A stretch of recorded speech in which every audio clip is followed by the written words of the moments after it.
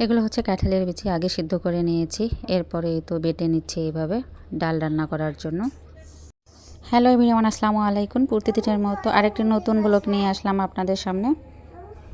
আপনারা সবাই কেমন আছেন? আমি বেশি একটা ভালো নেই, কারণ আমার মেয়ে অসুস্থ, বাসায় বসে শুয়ে থাকতেছে। আমার চোখের সামনে ওর চঞ্চলতাটা আমি দেখতে পাচ্ছি না, তাই একটু খারাপ লাগতেছে। তো যাই হোক, এই ভারাক্রান্ত মন নিয়ে আমার এই রান্নাবান্না চলছে। এখানে নিয়েছি আমি একটি রুই মাছের মাথা। তো ভালোভাবে লবণ হলুদ মাখিয়ে কড়াইয়ে হচ্ছে তেল দিয়ে ভাজতে দিলাম। ভালো করে এপাশ ওপাশ ভেজে নেওয়ার পরে আমি কুচি করে কেটে রাখা পেঁয়াজগুলো হচ্ছে এর মধ্যে দিয়ে দিলাম। তো পেঁয়াজগুলো মাছের মাথার সঙ্গে হচ্ছে লাল লাল ভাজা হয়ে যাবে, আর কাটা মরিচগুলো আমি দিলাম না। পেঁয়াজগুলো যখন লাল লাল ভাজা হয়ে যাবে তখন আমি এই মরিচগুলো দিয়ে দিলাম। তো যখন মরিচগুলো হালকা ভাজা হয়ে যাবে তখন হচ্ছে একটু সাইড করে নিয়ে আমি পাঁচ মশলা দিয়ে দিলাম, গোটা পাঁচ মশলা। এটাকে গ্রামের ভাষায় আমাদের হচ্ছে অবশ্য তেলানি বলে। তো এই অবস্থায় হচ্ছে আমি যে কাঁঠালের বিচিগুলো ডলে রেখেছিলাম ওগুলোতে অল্প পরিমাণে একটু পানি দিয়ে রেখেছি। তো এখন আমি তো কড়াইয়ের মধ্যে ওগুলো ঢেলে দিয়ে দিলাম। আর যেহেতু মাছের মাথা ভেঙেই রান্না করব, তাই ওগুলো আর উঠিয়ে রাখলাম না, ওর মধ্যেই আমি দিয়ে দিলাম। আপনার চাইলে উঠিয়ে রেখে হচ্ছে আলাদাভাবে এটাকে তেলানি দিয়ে রান্নাও করতে পারেন, আবার এইভাবে দিলেও কিন্তু অনেক স্বাদ হয়।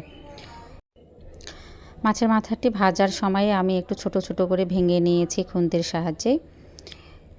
পরিমাণ মতো লবণ, একটু হলুদের গুঁড়া দিয়ে এগুলোকে ভালোভাবে নেড়ে চেড়ে তো এভাবে কষিয়ে নিতে হবে।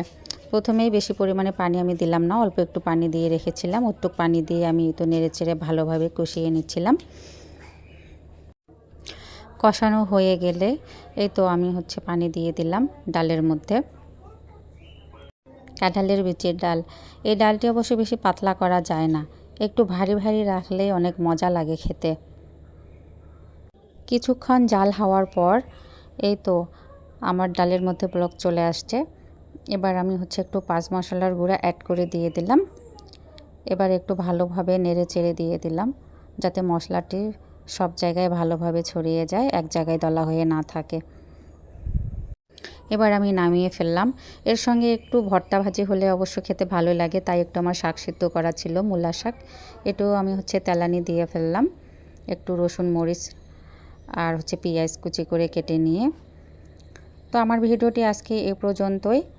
আমার কাঁঠালের বিচির ডাল রান্নাটি কেমন লাগলো সবাই একটু লাইক কমেন্টস করে জানাবেন, এবং পারলে আমার এই রেসিপিটি একটু শেয়ার করে দেবেন, সবাইকে দেখার সুযোগ করে দেবেন। সবাই ভালো থাকবেন, সুস্থ থাকবেন, এবং সবাই সবার পাশে থাকবেন। ইনশাল্লাহ সবাই একসঙ্গে এগিয়ে যাব। আল্লাহ হাফেজ, শুভরাত্রি।